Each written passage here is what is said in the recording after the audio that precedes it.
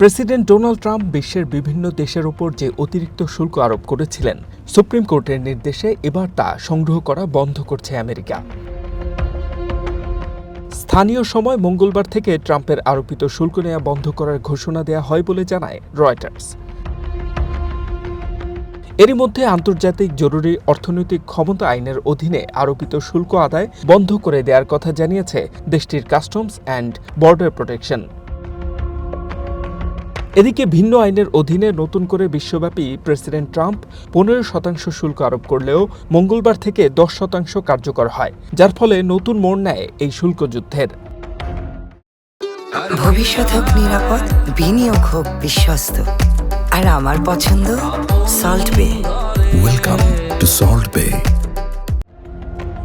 আবার শুল্ক বাতিলের ঘোষণার পর সমালোচনা সত্ত্বেও আমেরিকার সাথে সম্মত হওয়া সুবিধাজনক শর্তাবলীর পরিবর্তন না করার নিশ্চয়তা চায় তাইওয়ান। এদিকে পরিশোধিত শুল্কের অর্থ ফেরত চেয়ে একটি মামলা দায়ের করেছে গ্লোবাল ট্রান্সপোর্টেশন কোম্পানি ফেডেক্স। স্থানীয় সময় সোমবার আমেরিকার একটি আদালতে এই মামলাটি দায়ের করা হয় বলে জানায় বার্তা সংস্থা রয়টার্স। এই মামলায় আমেরিকার কাস্টমস অ্যান্ড বর্ডার প্রোটেকশন ও সংস্থাটির কমিশনার রডনি স্কটকে বিবাদী হিসেবে অভিহিত করে ফেডেক্স। তবে এ বিষয়ে তাৎক্ষণিকভাবে কিছু জানায়নি সিবিপি এবং হোয়াইট হাউস।